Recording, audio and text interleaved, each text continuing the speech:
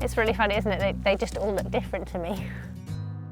It's like saying, how do you tell the difference between people?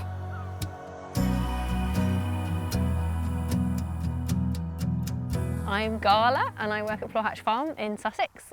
I've been working here for 11 years. I look after the sheep here and I'm one of the farm directors. So Plaw is a biodynamic farm, and that basically involves trying to create a closed loop system. So we're trying to produce all the feed for the animals, not keeping too many more animals than you can support on your land. I've been grazing the sheep for about 7 years, and mostly I'm moving them every 2 to 3 days, sometimes every 4 days. So I'm going to put a fence across here. So these are both wrapper reels, and this is a geared reel. They come in a lot faster when you're reeling. This has got a string and a hook on. Sometimes I tie them on, sometimes I just hook them on. I usually put the reels out first, whatever, because I like straight fences, and if you put the reels out first, you get a nice straight line. So just always try and make these as tight as possible. Kind of like that. It's not, it's not really what they're designed for, but it works. It's not going to come off. It's sturdy. So we've got stuck in the dock stems already. So normally when I'm doing 2-line fences, I just put it on the 3rd one down and the 4th one up. When I'm doing a 3-line fence, I'd put it on the 2nd one down, 3rd one up, and then in the middle. Any sheep that aren't electric fence trained, I'd always train on 3 lines. These guys are electric fence trained, and as long as they don't get too hungry, they'll stay in the fence. I usually do about 10 steps between each post. Just put an extra one in here because there's like a dip in the ground. It's just the kind of place the sheep would figure out to run under. And I usually have a wire that I put between the 2 lines, but I haven't got my wire. So to make sure they're both electrified, I'm going to just twist this round. The sheep love being moved. It's a kind of a novelty aspect for them of being like, oh, there's a new place. And so it's a whole thing of like, it's nice to go and do that with them.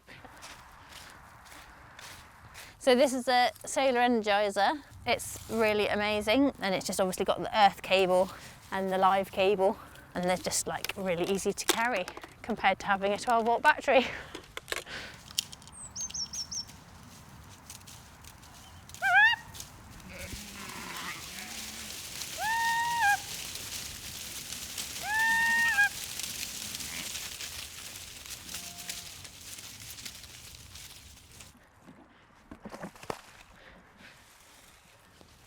I think the thing that took me quite a long time to get was actually leaving quite a lot behind. There's a kind of a funny thing when you're grazing to feel like you should eat everything up.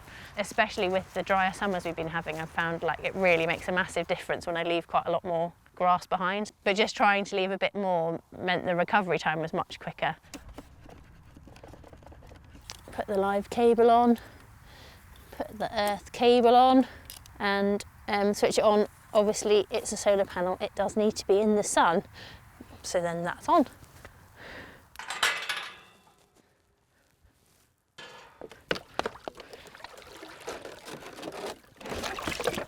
Technical water fetching. Oh, it's such a nice day, isn't it? You really have to be watching the land, and I think it's part of the motivation becomes observing how it recovers. You get to see a lot of wildlife and also like to really see the diversity of the plants increasing. It's just quite exciting really to see what you can do with just moving sheep with electric fencing. This one's called Lottie. She's a pet, as you can tell. She lived in my bedroom for the first 2 weeks of her life. A little blade of grass sticking out of your mouth too. But it's actually quite useful to have a pet sheep when you're moving sheep a lot. They really help bring the flock along. Right, should we begin to take a fence down? You can stay here and eat some nice grass. Sometimes I take the post out first and sometimes I take the wire out first. I think since I'm at the end without the reels, I'll just take the posts out first. If you give them a little boot, they come out easier. And if you lay them down like that, they come off. Might be a little bit frozen. There we go. So you kind of just have to go like backwards and forwards a little bit to make it go on evenly. I would say if you're starting and your sheep don't know about electric fences, start with 3 lines. It's very important that they learn the electric fence, and then the lambs learn from their mothers, so that gets a lot easier as you go on. You kind of have to get over the mental barriers of it. Just start off really basic. Obviously it's cheapest just to buy hand reels, you know, and you could just get, you know, 400 or 600 metre reels, an energiser, something to put water in, and that's it really. I mean, you're just learning all the time, I think. It's kind of what makes it fun. It's just amazing to be able to be farming in a way that's also looking after nature.